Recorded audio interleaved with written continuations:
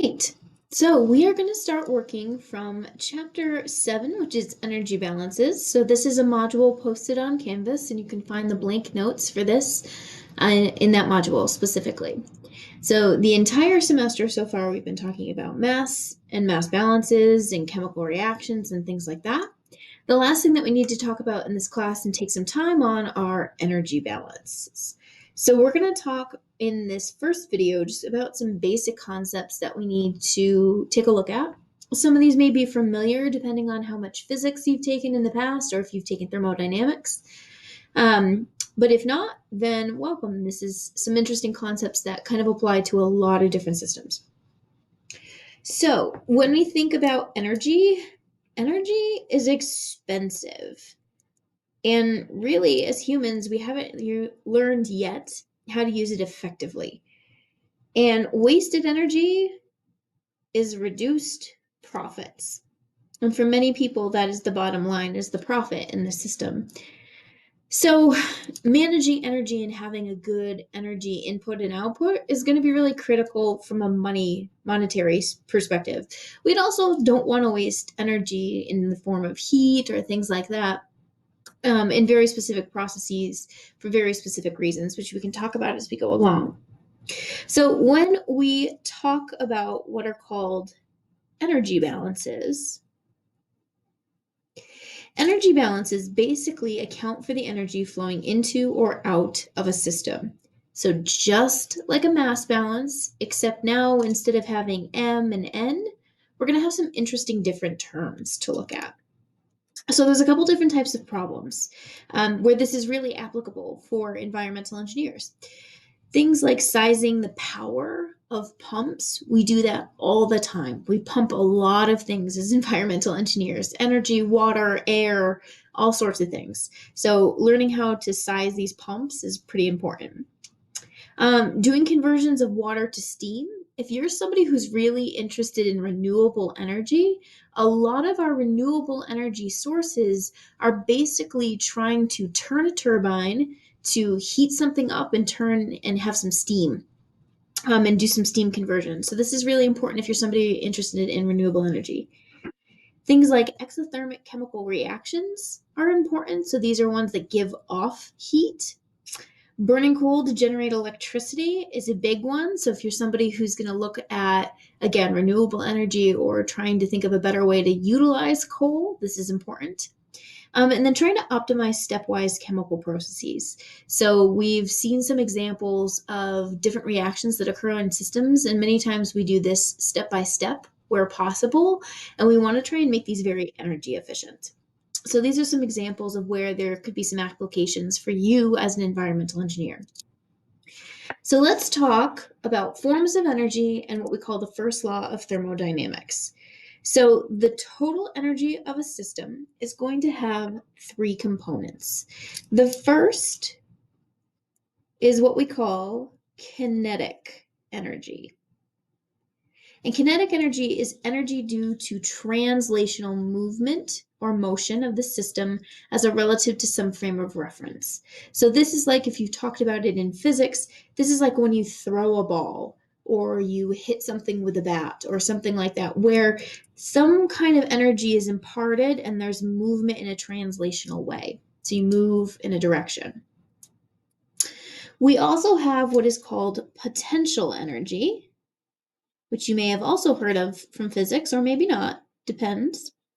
And this is energy due to the position of the system. So it's sometimes this might be helpful. Position P is the same as potential, might be a good way to remember it. This is due to a potential field. Most of the potential fields that we talk about are gravitational fields in environmental engineering. But if maybe you decide to do a couple more advanced physics classes, you might also hear about potential energy related to electromagnetism, which is a lot of complicated extra math, but has some very, very interesting applications. And then the last type of energy we care about is what's called internal energy. And internal energy is all the energy possessed by a system other than the first two. We like to have these types of definitions, everything but the other two, such as motion of the molecules relative to the center of mass of the system. So these can include things like internal energy. This can include like motion about something sometimes. Depends. Okay, a couple more definitions. One thing that we want to define for energy system is what is called a closed system. In a closed system, no mass is transferred across the process system boundaries. This is going to be really important for us, right? This is going to be kind of synonymous to when we say no accumulation in a system, right? A closed system is not going to transfer mass. And if it doesn't transfer mass, that means there's some terms we're going to be able to cancel out of our energy balance. So closed systems is one of those terms that you want to remember. No mass moves across the boundary of the system. If we're in a closed system, energy can be transferred a couple different ways. And the first way is through heat. Heat is energy that flows as a result of a temperature difference between the system and its surroundings. Now, it's not within the system. Heat within the system is not what we're looking at with a closed energy system. We are looking at energy that flows between the system and its surroundings. So as a little reminder, heat flows from hot to cold, and it's defined as positive when it moves from the system to the surroundings. So if the system is a little box and the heat moves out, that is positive heat in the system. All right. Next, we also have what is called work. Work is energy that flows in response to any driving force other than a temperature difference, such as a force, a torque, or a voltage. So this is an external applied force to the system. This work is defined as positive when it's going from the system to the surroundings. So same kind of diagram. Work from the system to the surroundings is considered positive. Okay, these sign conventions are going to be very important going forward, so make sure that this makes sense to you. All right, couple things that are kind of important. We're now talking about some different units as well. So we've moved away from kilograms and moles. We're now going to start to think of units of force. And units of force times distance is what energy is. So force times distance. You may remember from physics, work equals a force applied at a distance, right? So that may be a good way to remember it. And that type of unit, force times distance, is what's called a joule, right? And so this is also a Newton meter. In the English, it's called an erg, which is kind of silly. It's a silly unit, which is a dyne times a centimeter. We normally don't see this one in class. We normally see joules or Newton meters. We can also see some other units. We can see kilocalories. We can see calories. We can also see BTUs, which are British thermal units. And it really just kind of depends on the application. So some industries use joules. Some industries use ergs. Some use BTUs. Some use calories. It kind of depends on the industry that you end up in. BTU is very popular in the energy sector. So if you're thinking about that, that's something to think about. All right, just a couple more definitions.